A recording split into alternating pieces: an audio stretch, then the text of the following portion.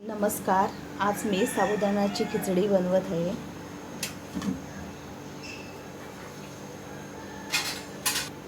2 चमचे तेल टाकलंय, हे गरम होतंय चांगलं।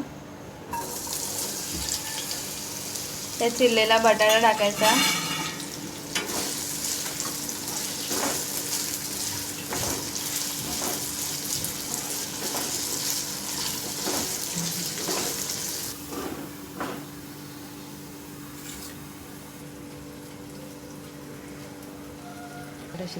आता आपण झाकण उघडूया आणि पाहूया बटाटा शिजलाय की नाही।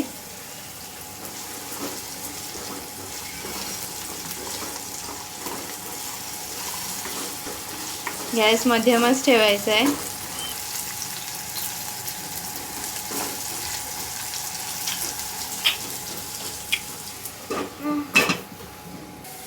हे साबुदाणे आहेत आपण 4 तास भिजवून घेतले चांगले। आणि हे शेंगदाण्याचं आणि मिरचीचं कूट आहे। शेंगदाणे चांगले खरपूस भाजून घेतल्यावर केलेले आहे। हे चांगलं आपण मिक्स करून घेऊया। आपण हे कढईत टाकतोय।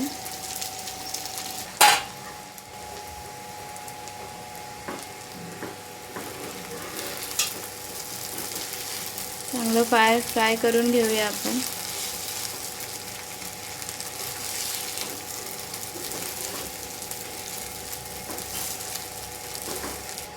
आता आपण चांगलं एकजीव करून घेतलंय। यात चवीनुसार मीठ टाकूया आपण आणि हे मिश्रण चांगलं एकजीव करून घेऊया।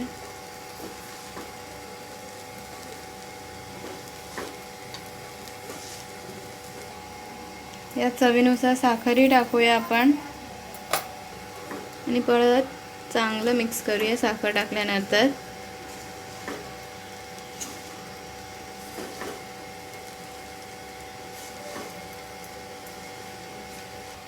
आता मिक्स करून झाल्यावर झाकण ठेवूया।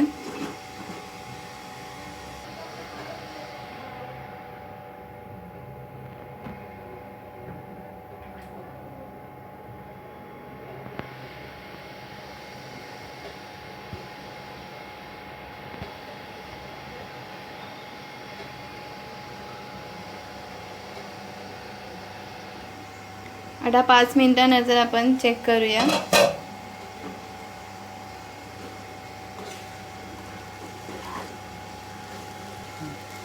आपली खिचडी मस्त मोकळी झाली आहे आणि मस्त खमंग वास येतोय।